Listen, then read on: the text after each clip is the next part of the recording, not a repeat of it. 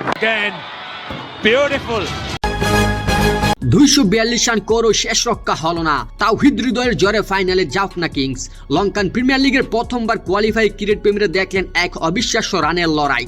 Bat হাতে আগুন জড়ালেন বাংলাদেশের তারকা ব্যাটার তাওহিদ হৃদয়, আর তার বিধ্বংসী ইনিংসেই ফাইনালের টিকিট নিশ্চিত করল জাফনা কিংস। 4 নম্বরে ব্যাটিংয়ে নেমে শুরু থেকে আক্রমণাত্মক ছিলেন হৃদয়। প্রতিপক্ষ বোলারদের কোনো সুযোগ না দিয়ে মাত্র 20 বলে পূর্ণ করেন অর্ধশতক। শেষ পর্যন্ত 21 বলে 54 রানে অপরাজিত থাকেন তিনি। তার জড়ো ইনিংসে ছিল 5টি বিশাল ছক্কা ও 3টে চার, আর স্ট্রাইক রেট ছিল অবিশ্বাস্য 257.14। অন্য প্রান্তে কামিল মিশারার অপরাজিত 108 রানের দুর্দান্ত ইনিংসের সঙ্গে হৃদয়ের জড়ো ব্যাটিংয়ে জাফনা কিংস নির্ধারিত 20 ওভারে তোলে 2 উইকেটে 242 রানের বিশাল সংগ্রহ। এত বড় স্কোরের পেছনে হৃদয়ের কামিও ইনিংস ছিল ম্যাচের মুড় ঘুরিয়ে দেওয়ার মতো।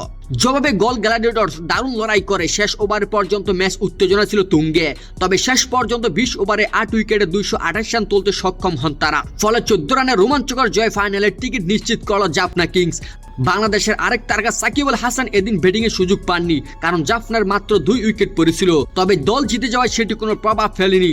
তাওহিদ হৃদয়ের এই ইনিংস আবারও প্রমাণ করে দিল বড় ম্যাচে তিনি কতটা ভয়ঙ্কর হয়ে উঠতে পারেন।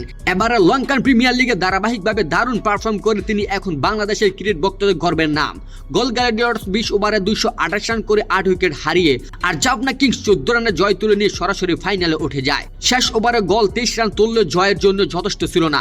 আপনার মতে তাওহিদ হৃদয় কি বাংলাদেশের টি-20 পরবর্তী বড় ম্যাচের উইনার? কমেন্টে আপনার মতামত জানান।